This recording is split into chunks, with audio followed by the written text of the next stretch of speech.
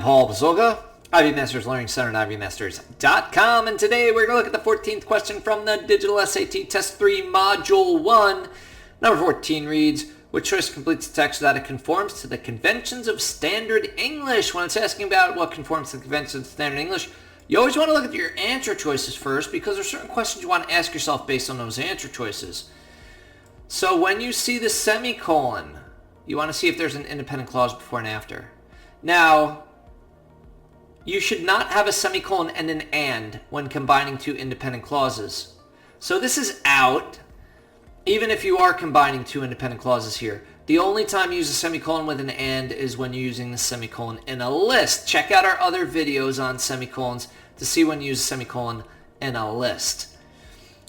The other answer choices, what do you ask yourself? Should I have an and or should I not have an and? Should I have a comma or should I not have a comma?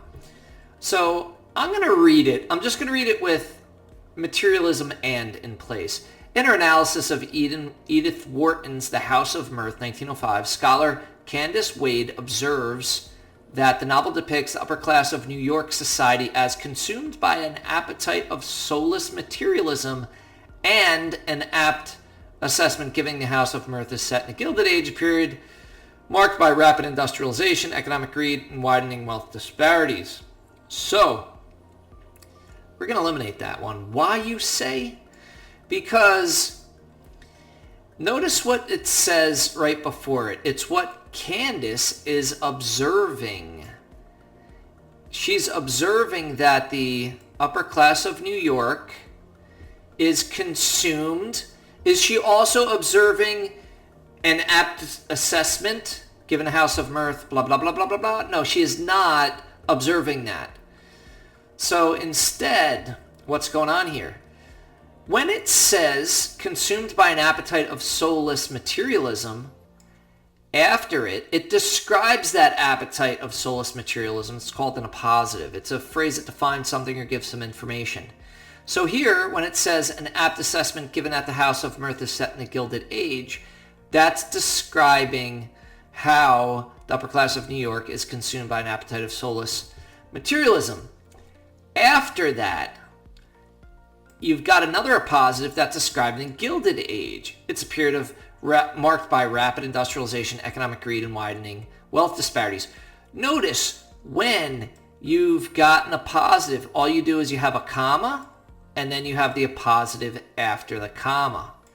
And it should be the same way here. So your correct answer here is going to be C. Because once again, when it says consumed by an appetite of soulless materialism, comma, after that comma, it tells you something about being consumed by the appetite of soulless materialism. That it's an apt, meaning appropriate assessment, given the House of Mirth is set in the Gilded Age, blah, blah, blah, blah, blah. Thank you for joining us today. If you like this video, click like. You can share it with someone who has difficulty with identifying appositives or punctuation with commas. If there's any question you'd like to answer from any official PSAT or SAT or ACT, leave that in the comments. I'd be happy to shoot a video on it. Click subscribe so you don't miss anything. Bang that bell button. And check out our 1-minute video. If you go to IB Masters Learning Center, the playlist, under the playlist, find your test and section module number. So this is Test 3 Module 1. The short videos are just below these longer videos. And have a great day.